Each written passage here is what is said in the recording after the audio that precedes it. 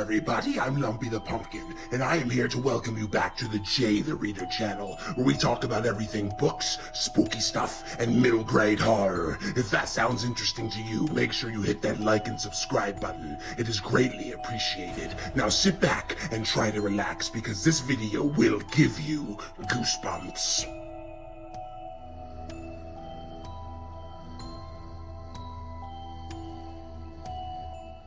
What's up, everybody? Welcome back to the channel. I am Jay the Reader. Before we get into the book that we're talking about, I just want to say quickly, I do have a 100 subscriber goal for this channel, so if you could hit that subscribe button, it is greatly appreciated. If you did just hit that subscribe button, welcome to the Jay the Reader family, but let's jump into the book. It's December, it's the Christmas season. We have the Christmas tree up, but we also have the ghost behind us. We're still keeping it spooky, but today we are talking about Hark, the Herald Angels Scream.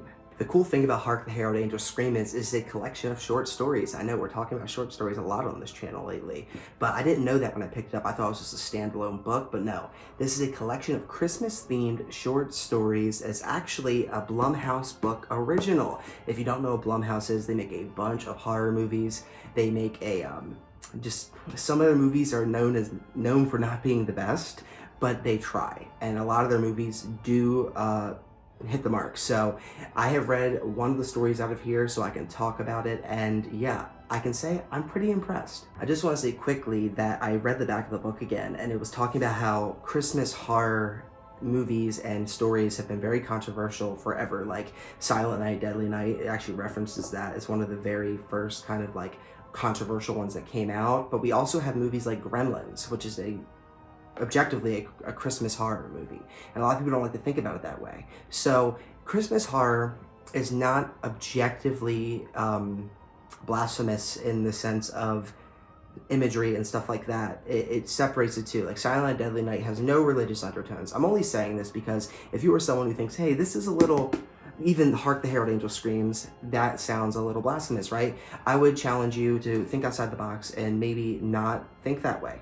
I can think of a movie as of recent that is Christmas themed, that is horror, that has made a ripple in the horror community, the series as a whole, the Terrifier series. And Terrifier 3 is a Christmas movie through and through, and a lot of the imagery in that is seen as very blasphemous, but if you actually dig deep into it, it's really not. So yes, you might not be a fan of the saturated gore that's in that film, but the movie itself is not blasphemous. It is about a good versus evil, and good fighting evil. And if you look deep into the imagery, there's Mother Mary in there.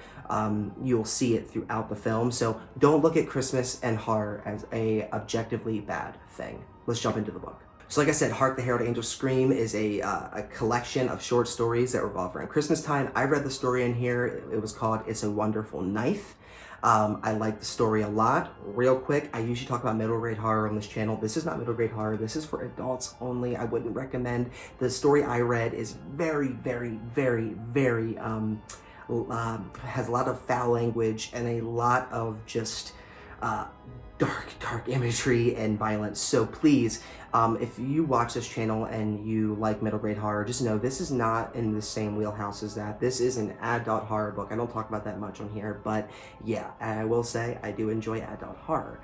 But It's a Wonderful Knife was a cool story. I thought it would have relation to the movie that came out on Shudder a couple years ago called It's a Wonderful Knife. It has no relation to that.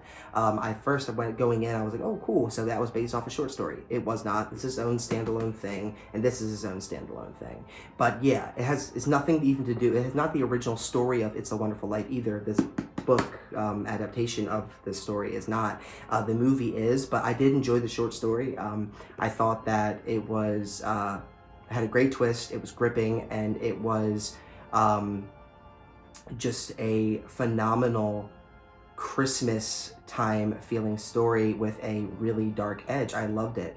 I think that it could have done without some of the language and stuff like that, but I really did enjoy what it had to offer. There is a total of 18 short stories in here, so I only read one of them. So I'm going to read the rest of these over the Christmas season here and see what they're about. I am really impressed with how this book is presented. I think that we don't see a lot of Christmas horror books. We see a lot of Christmas horror movies, like I mentioned earlier, but books aren't a thing. There are some Goosebumps ones over there that I have that are Christmas themed. There are some other middle grade horror books that are Christmas themed, but in the adult realm, I haven't seen a lot. So this is a really cool thing. I wish we would get more full length Christmas like horror stories, and I know there are some, but I think this is something special here, and I would recommend picking it up. I think it's cool that it's a Blumhouse original book because it's a crossover from the cinema world to the book world, and I think that's also really freaking dope.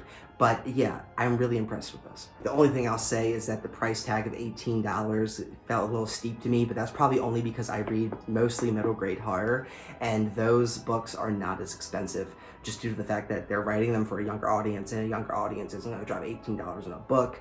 But still, I think you're getting a lot of bang for your buck still here. 18 stories for $18 seems pretty reasonable. The short stories vary in length, so the one I read was 10 pages, some are 20, some are 30, but yeah, they're really, really cool. I can't really say much more about it. It's just a simple short story collection that revolves around Christmas time, and I think it's awesome. I like that also that there's other authors in here than just one, so it's being written by a bunch of different authors, and it's their writing style, so each story feels different from the next. It's not like the Steintingler's books where they're all written by R.L. Stine.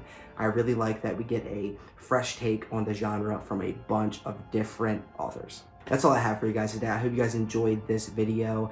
I know it was a little different than my other videos. I didn't focus as much on like what the story was about, but it was just the book as a whole, showcasing it, stuff like that. If you did like this video, if you could hit that like and subscribe button, it is greatly appreciated. God bless you guys, and I'll catch you in the next one.